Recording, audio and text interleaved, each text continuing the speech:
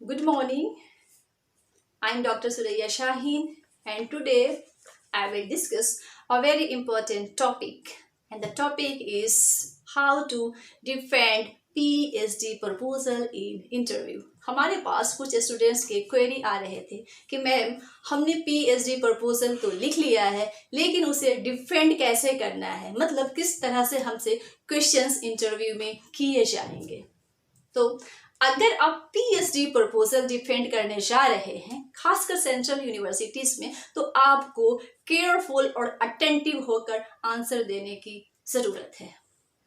यह एक ऐसा स्टेज होता है पीएचडी स्कॉलर के पीएचडी के जर्नी में, जब उनके अंदर कई तरह के क्वेश्चंस आते रहते हैं।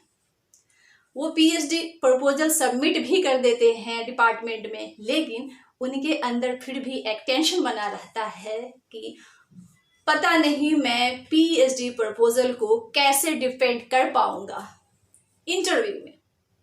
इस टाइम रिसर्च स्कॉलर के माइंड में बहुत सारे क्वेश्चंस आते रहते हैं, जैसे पता नहीं मेरा इंटरव्यू कैसा जाएगा, क्या मैं सही तरीके से अपना पीएचडी प्रपोजल को डिफेंड कर पाऊंगा, पता नहीं किस टाइप के क्वेश्चंस इंटरव्यू में मुझसे पूछे जाएंगे और मैं उस क्वेश्चंस का करेक्टली आंसर कर पाऊंगा या नहीं, पता नहीं मेरा सिलेक्शन पीएचडी एडमिशन के लिए हो पाएगा या नहीं। इतने सारे क्वेश्चंस रिसर्च स्कॉलर के माइंड में इस टाइम चलते रहते हैं और ये लाजिम भी है, चलना चाहिए भी। इन्हीं सारे क्वेश्चंस का आज मैं सोल्यूशन लेकर आई हूँ। चलिए मैं शुरू करती हूँ। जैसे ही आप इंटरव्यू पैनल के रूम में एंटर करते हैं तो आपसे सबसे पहले कहा जाता है इंट्रोड्यूस योरसेल्फ। इंट्रोड्यूस योरसेल्फ सुनने में आपको बहुत ही शॉर्ट क्वेश्चन लग रहा होगा, इजी क्वेश्चन लग रहा होगा, लेकिन इसमें भी बहुत सारे स्टूडेंट्स मिस्टेक कर देते हैं।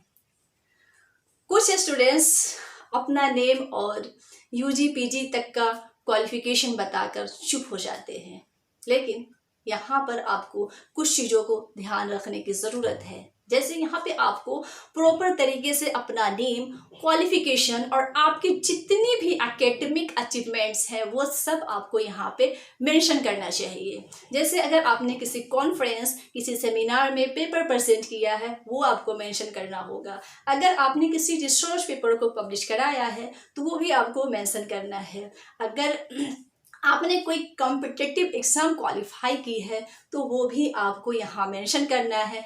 कोई अवार्ड रिसीव किया है आपने तो वो भी आपको मेंशन करना है अपने इंट्रोडक्शन में।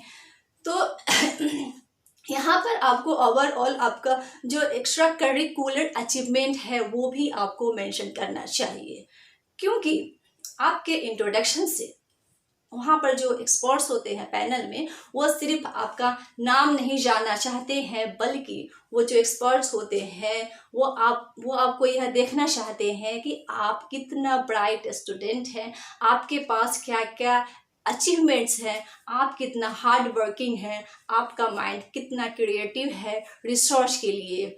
और वो आपके इंट्रोडक्शन से आपके एजुकेशन का बैकग्राउंड भी देखते हैं, क्योंकि पीएचडी एक लॉन्ग जर्नी है जिसमें हार्ड वर्क की ज़रूरत होती है।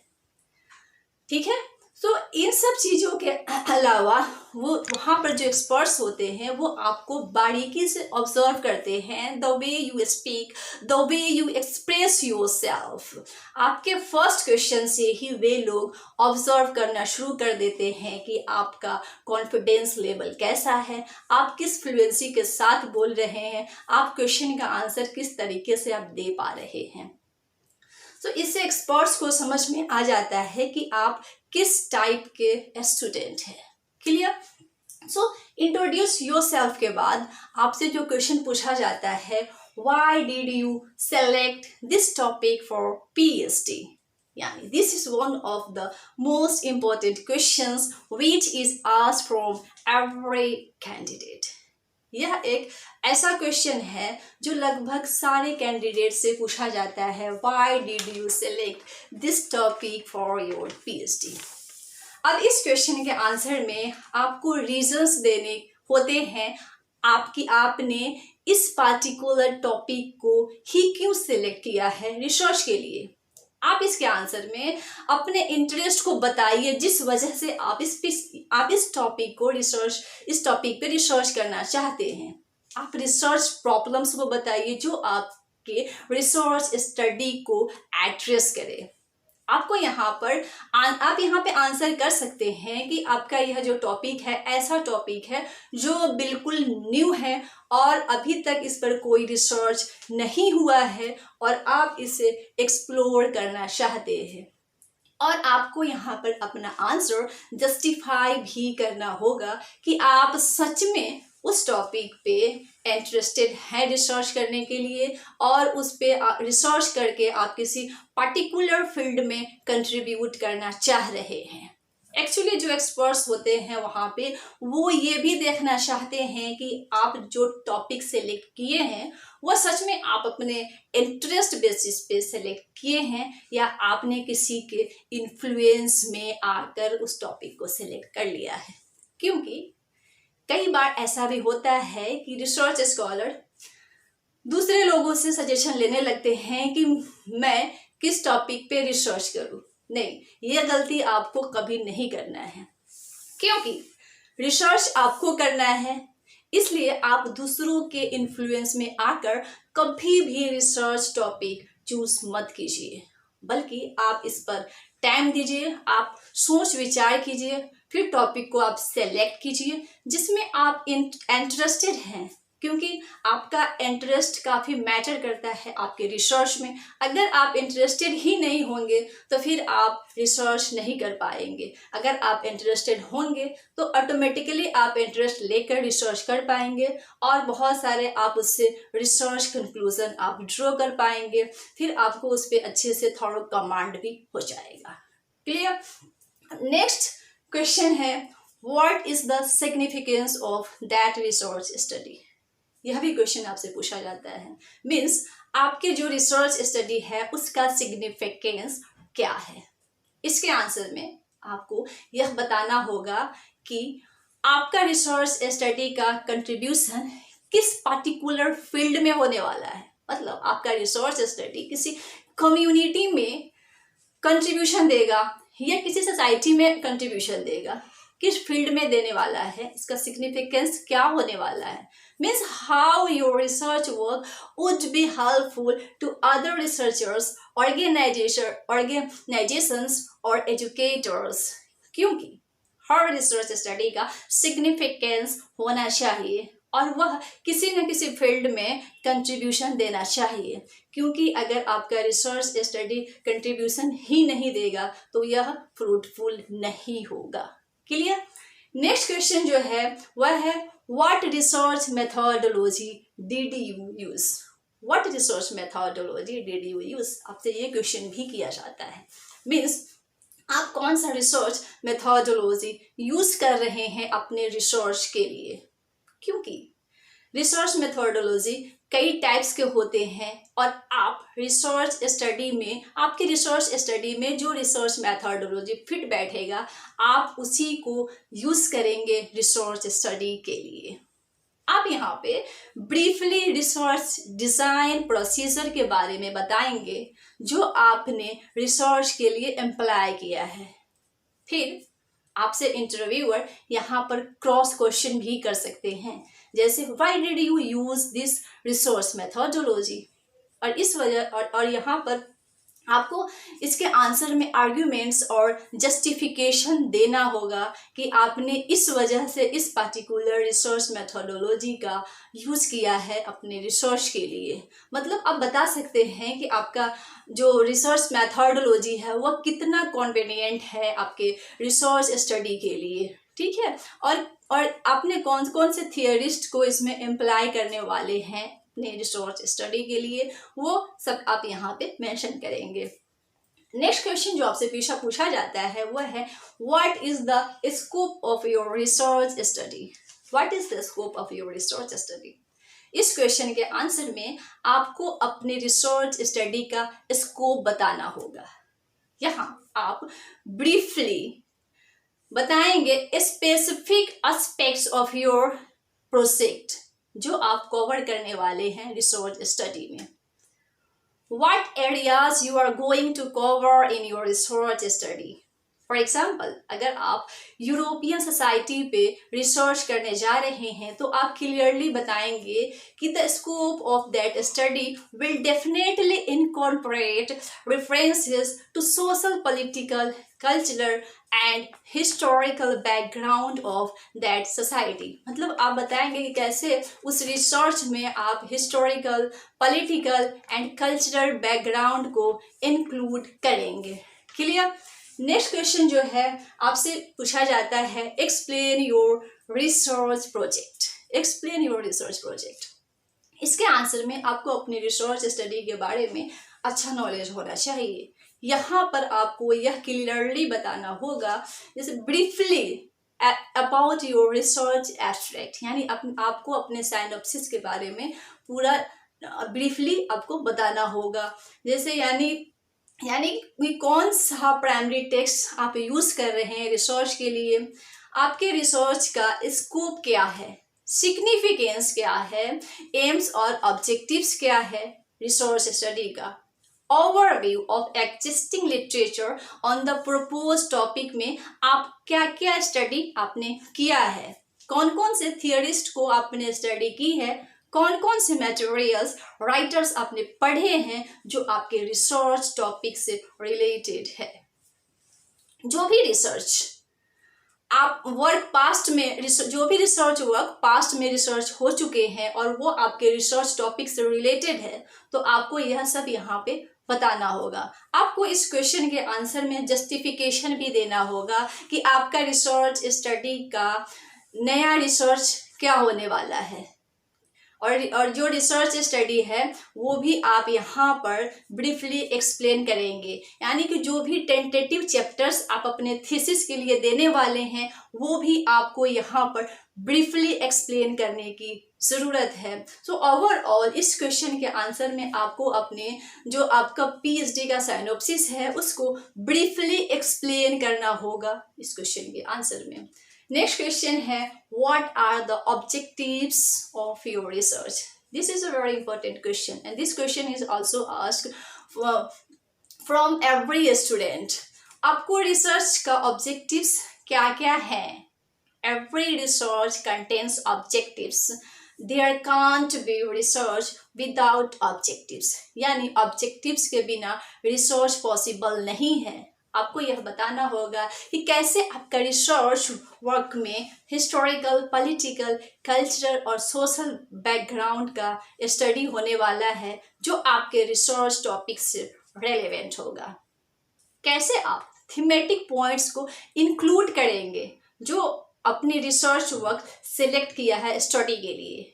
यहाँ आपको अपना आर्ग्यूमेंट्स भी देना होगा कि किसी कॉन्टेम्परेरी सपोज कि किसी कॉन्टेम्परेरी राइटर पे आप रिसर्च करने वाले हैं, तो आपको यहाँ यह जस्टिफाई करना होगा कि उस राइटर ने ऐसा क्या न्यू थिंग्स अपने लिटरेरी टेक्स्ट में लिखा है जो एंशिएंट राइटर्स से हटकर है। आपको यहाँ पर क्लियर करना होगा कि आप केवल उस राइटर के पर्सपेक्टिव्स को नहीं देंगे बल्कि जो ट्रेडिशनल राइटर्स हैं उससे हटकर क्या न्यू चेंजेस को हाईलाइट किया है जो आप रिसर्च करने वाले हैं। इसमें आपको बताना होगा कि जो भी ट्रांसफॉर्मेशन हुआ सोसाइटी में प्री कॉलोनियल से लेकर अब तक, वो सब मेंशन करना होगा आपको कि कैसा आपका रिसर्च स्टडी न्यू डायरेक्शन में जाएगा by webbing out the similarities and dichotomies with the writers belonging to the same field and the traditional period. Overall इस क्वेश्चन के आंसर में आपको यह भी क्लियर करना होगा कि आपका रिसर्च स्टडी पार्टिकुलरली क्या क्या रिसर्च करेगा। क्या आप जेंडर स्टडी पे रिसर्च करने वाले हैं? क्या आप फेमिनिज्म पे रिसर्च करने वाले हैं? क्या आप पोस्ट कॉलोनियल राइटर को रिसर्च करने वाले हैं? या आप फेमिनिज्म पे रिसर्च करने वाले हैं? क्या आप किसी पर्टिकुलर सोसाइटी के कम्युनिटी पे रिसर्च करने वाले हैं या किसी कंट्री के कल्चर पे रिसर्च करने वाले हैं, ये यहाँ पर आपको क्लियर करना होगा। जो रिसर्च टॉपिक आपने सेलेक्ट किया है उसके अंदर क्या क्या ऑब्जेक्टिव्स है वो आपके रिसर्च का, वो आपको बताना होगा इस क्वेश्चन के आंसर में। Next question is explain justification of your study. Explain justification of your study. आप अपने रिसर्च स्टडी के लिए जो रिसर्च करने जा रहे हैं उसे जस्टिफाई करना होगा। इसके लिए आपको लॉजिकल आर्ग्यूमेंट्स और फैक्ट्स यूज करना होगा। आपको यहाँ बताना होगा कि कैसे आपका रिसर्च स्टडी न्यू डिस्कवरी करेगा जो अब तक नहीं किया गया है। आपको बताना होगा कि आपने जो टाइटल सेलेक्ट किया है वो बिल्कुल न्यू है और इस पर अभी तक कोई रिसर्च नहीं हुआ है, और यह रिसर्च वर्क सोसाइटी के लिए कितना फ्रूटफुल होगा यह भी आपको बताना होगा। सपोज आपको कंपैरेटिव स्टडी पे रिसर्च करने वाले हैं आप, तो वो कैसे वो जो राइटर्स हैं जिनको आपने सेलेक्ट किया है वो उन राइटर्स के बीच आप कंपैरेटिव स्टडी करेंगे, लेकिन वे कैसे एक दूसरे से कंट्रास्ट में लिखे हैं। What are the similarities and dichotomies in the writings of these writers. उनकी राइटिंग स्टाइल में क्या सिमिलरिटीज है, क्या फर्क है, ऐसा क्या एक राइटर ने कवर किया जो दूसरे राइटर ने नहीं किया। आपने जो राइटर्स सेलेक्ट किया है रिसर्च स्टडी के लिए, तो उन्होंने ऐसा क्या लिखा जो आपको इंस्पायर किया रिसर्च के लिए। जस्टिफिकेशन में आपको उन राइटर्स के बैकग्राउंड के बारे में भी बताना होगा। आप क्लियरली बताएं कि that research is pregnant with large possibilities and meanings and still waiting to be explored with the angle of in depth evaluation and analysis. मतलब कैसे वह रिसर्च मीनिंग और पॉसिबिलिटीज से भरा हुआ है, फिर भी एक्सप्लोर करने की जरूरत है नए एंगल से, इन डेप्थ इवैल्यूएशन और एनालिसिस के साथ। आपको बताना होगा कि आपका रिसर्च स्टडी किस ग्राउंड पे बेस्ड है। आपको उन राइटर्स और प्राइमरी टेक्स्ट जो आपने सेलेक्ट किया है रिसर्च के लिए उनमें क्या पिक्यूलियरिटीज है वो बताएं आप।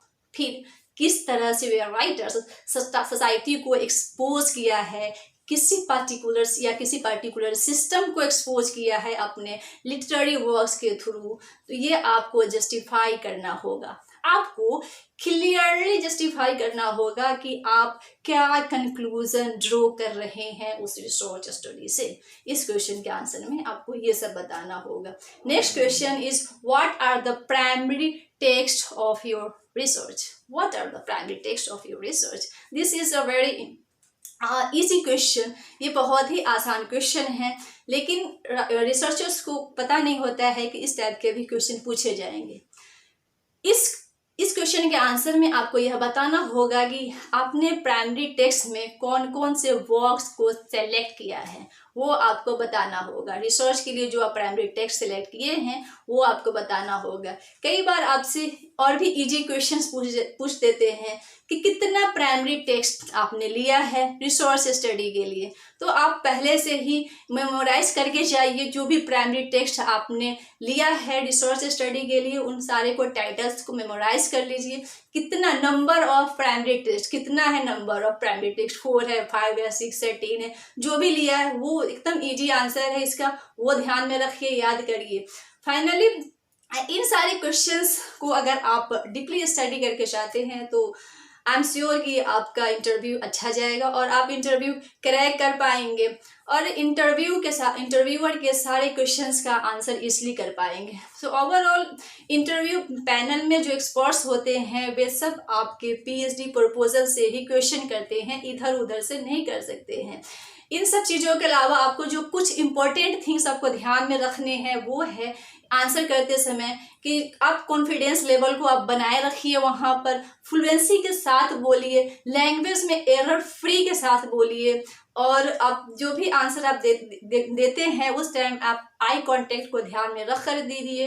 तो क्योंकि आप एक्सपर्ट्स जो होते हैं आपके फेस भी रीड करते रहते हैं आंसर देते टाइम, इसलिए आपको इन सब चीज़ों का ध्यान रखने की ज़रूरत है। क्योंकि कोई भी यूनिवर्सिटी ये सोचकर किसी स्कॉलर को नहीं लेती है कि सिर्फ उसे पीएचडी ही कराना है, बल्कि आपको कल होकर उस यूनिवर्सिटी की टैग लगती है, आप पीएचडी अवॉर्डेड होते हैं जो आपको लाइफ टाइम के लिए मिलती है, और आप उस यूनिवर्सिटी को कल होकर रिफ्लेक्ट करते हैं। इसलिए कोई भी यूनिवर्सिटी चाहती है कि वो ब्राइट कैंडिडेट को ले, हार्ड वर्किंग कैंडिडेट को ले, जिसका माइंड क्रिएटिव भी हो। Thank you.